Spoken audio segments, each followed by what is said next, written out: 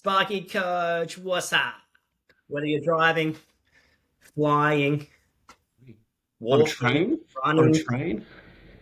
planes, trains, and automobiles. I think that's Deals. a Tom Hanks movie. I believe it is. Could Or am I be. getting confused with the terminal? Maybe he's stuck in a terminal. Maybe you're stuck. Maybe you're stuck in a rut. Anyway, we're getting through some member questions today, and one of them is how long should I be booked out for service and maintenance style work to feel comfortable? So, how long should I be booked out for service and maintenance work to feel comfortable? This is a great question. Um, and I think for me, this comes back to let's talk about it a couple of times. Let's talk about it from the client's point of view, and let's talk about from your point of view in terms of hiring sort of situation. So, from Yeah. the client's point of view, um, it's always good to ask yourself how long is a reasonable time for the end user to wait. So, and I think you'll find that's between 2 and 3 weeks for not an emergency, and I think you'll find that's no time for an emergency that people want someone there. So it does beg the question that I think once you start pushing outside that 3 weeks, so if you're booked out service and maintenance, and let's say you're doing um, some sort of regular mandatory testing, or you're doing Betty's ceiling fans, or you're doing Betty's ducted aircon, or you just I don't know what else you doing at Betty's house. PowerPoint, Couple of PowerPoints. Ceiling couple, fans. couple of classic GPOs, right? So probably I think anytime you're pushing north of 3 weeks, you open up them to look for someone else. And I Hmm. think you can reference yourself calling a landscaper, calling a plumber, calling someone. Anyone that's pushing that month out, you would wait if the reputation was there, but if you were impatient, you might not wait. So you sort of like working that gauntlet. I would say the stronger the relationship, the easier it is to push someone back for Yeah. non-urgent work, as long as you're not consistently, back, back, back, back. A lot of times you see people, they're like, I've got no work. It's like, oh yeah, but you should have, basically you didn't do what you said you were going to do at that point. So yeah, Kat, thoughts? Yeah. Sort of echoing, I guess, the thought, I guess a similar line of thoughts that you sort of, around that, yeah, 2 to 3 weeks sort of time frame. Yeah, once you really start to push that, obviously, starts to push the friendship as such, or push the relationships terms. I think a couple of things to identify here is that um, the there's two types of stresses that sort of, I guess, get put on you as a business owner, and one is that, "Oh, I've got too much work. I don't know what to do." So obviously you're needing a hand to execute that work, because it's like you probably it's really funny, like the signs um, are sort of similar for both, all the Oh, same. so stressful, don't you reckon? They're, yeah, 100%, like really, really stressful. Like, I Yeah. don't have enough work, and it's like you're like a duck on the water. You're just like a million miles an hour, and if you have too much work, again, you're like a duck on the water. You're a million miles an hour, and it's really funny when you have no work. It's like, geez, I wish my phone would call. And then when you have too much workload on, it's like, I wish my phone, like I could throw my phone in the ocean, sort of thing, and never hear it again. And neither of them are good, because um, the phone ringing is awesome. Not answering the phone is a problem. And we probably see this often where, like, when people get really busy, it's just like that can go on silent and I will respond in maybe a month. Or I know people who just literally never return that phone call. And that's a lost opportunity, and you never know where it goes. So equally, they have an effect on you. I think also too, I just want to comment around like scheduling side of things here. Is scheduling such an art? It's almost like a craft. I'm gonna say it's a sub trade, because a lot of issues can be alleviated by really good scheduling. I'm going to say a master scheduler, a black belt in scheduling, can get you a long way, because that job that came in, that's been approved, um, you may know that it's and I'm talking in the service and maintenance sense, like let's just say some lighting upgrade.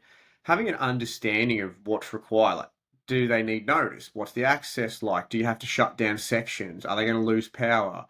How does it work? How does that occur? So having an understanding of that could be the difference between like, oh yeah, we'll get it done for you in next week, right? Full no welling that you're probably under the pump, as opposed to be like, all right, sweet. I need to know when we can shut it down for. What are your best days? How long can we shut it down for? And then what access? This is the access we need. So communicating with them, they're like, sweet, too easy. Mondays are the best for that. Between these times, and you're like, cool, no worries at all. We're gonna book it in for a month, right? And we're gonna do 2 Mondays back to back, as in Monday, then the following Monday. And what you've done is you've got the job, you've booked it in, the client's aware, you've given yourself time to get yourself organized. You've given yourself time for the materials to arrive. Generally, probably going to take about a week because the amount of lights that you need are not on the shelf. So the supplier buys them in and they take a few days to turn around, then they get to you. So that master scheduling can have a massive impact on your week. And I guess one thing, probably preface here, is it's so much easier to bring a job forward than push a job out, right? So if you're only scheduling in a few days a week, so say 3 days of each week, and giving yourself a bit of flexibility in the other 2 days a week, it means that you know that Monday, Tuesday, Wednesday, or let's just use as an example, sweet, I book in jobs on those days. Monday, Tuesday, Wednesday, I book. So when they're full, you know that you have to go to the next week. But what it does is if nothing else comes in that week, oh, I can bring that forward, right? I've never ever not had someone go, "Oh, that'd be awesome, thanks." Right? Like they're appreciative of it, right? When you're given the opportunity. Some people it's not going to work for because they've got bookings and schedules that they run by as well. But there's so many moving parts within this around that has an influence on the perceived stress that comes from workload. And I've gone down a rabbit hole here around the scheduler impact on around it, but just want to sort of highlight how that can impact not enough work, too much work, and how you can drive different gears. Yeah, and I think running it, that's you call that a dynamic schedule, right? Leaving gaps in your schedule for work that comes up. I think if you can run a dynamic schedule, like whenever you're busy, it's very hard to do because you're usually just like trying to sort of put everyone in the place, Tetris. piece like that. Yeah, playing the Tetris. So it's super interesting to sort of to talk about. I would say that, and knowing on the schedule what you can and can't move. Certain jobs at certain places you can't move. I'm thinking New South Wales, level two, or you're working at a commercial site where the power's going down between 8 and 12, or 12 and 4, or whatever. You can't move those ones. So knowing what you can and can't move is huge. When it comes to hiring, the schedule with hiring, I see lots of people. There's different advice out there, and you hire based on a revenue. Oh, you're hitting X amount of revenue, you need to hire. I think that's so cooked. Like revenue is the most cooked measure because revenue depends on how many hours you move that month, how much materials you move that month, how much leave was in that month. There's lots of different factors that sort of drive revenue or don't drive revenue positively or negatively. So if you're going off a revenue metric to hire, that was never my personal metric. My personal metric was you want to be 2 to 3 weeks in advance for the small stuff, and you want some big rocks in place. So the big rocks might be that job, that large sort of like high-end resi job, that pub job, that club job, the hotel job, the regular maintenance stuff, like that's just stacked out. So the aircon company that's giving you lots of those circuits, the shed company that's giving you lots of stuff, the insert company here that give you lots of stuff. So it's like you need that buffer short term, but then you need clients giving you repeat work that it's not in the schedule, not necessarily in the schedule. It might be the rough-ins in May, the rough-in or the fit-offs in, December or whatever. But even like it's either in there or, that those people give us 4 to 8 hours worth of work a week and I've got five of them. So that's a huge thing for me to go. So yeah, I think for me, when you say like how much should I be booked in advance, I think try and approach it from the client's end. The client's got a window to wait, and you want to fall in that window. And if you're falling outside that window, you might just lose the job. So that's my advice to you. And I just think like maybe the biggest thing, maybe the biggest takeaway is just have a non-negotiable that everyone's been gotten back to. Everyone, that didn't really make sense English wise, but have a non-negotiable rule that you will get back to everyone. At the end of the day, that any client that's called has been responded to in some way, shape, or form. That's called service. Make sure that happens. It's too easy to let go, and living with the weight of not calling someone back or not getting back to someone is a lot heavier than having gotten back to someone and be like, "Hey, busy day today. Get back to you tomorrow." So that's my sign off. Communicate with them. What's your sign off, Cam?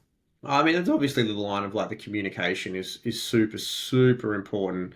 Um, I just don't think you can communicate enough with people, and it doesn't have to be a long-winded, you know, uh, you know, diarization of your day or life. It's just like, hey, I'll get back to you tomorrow.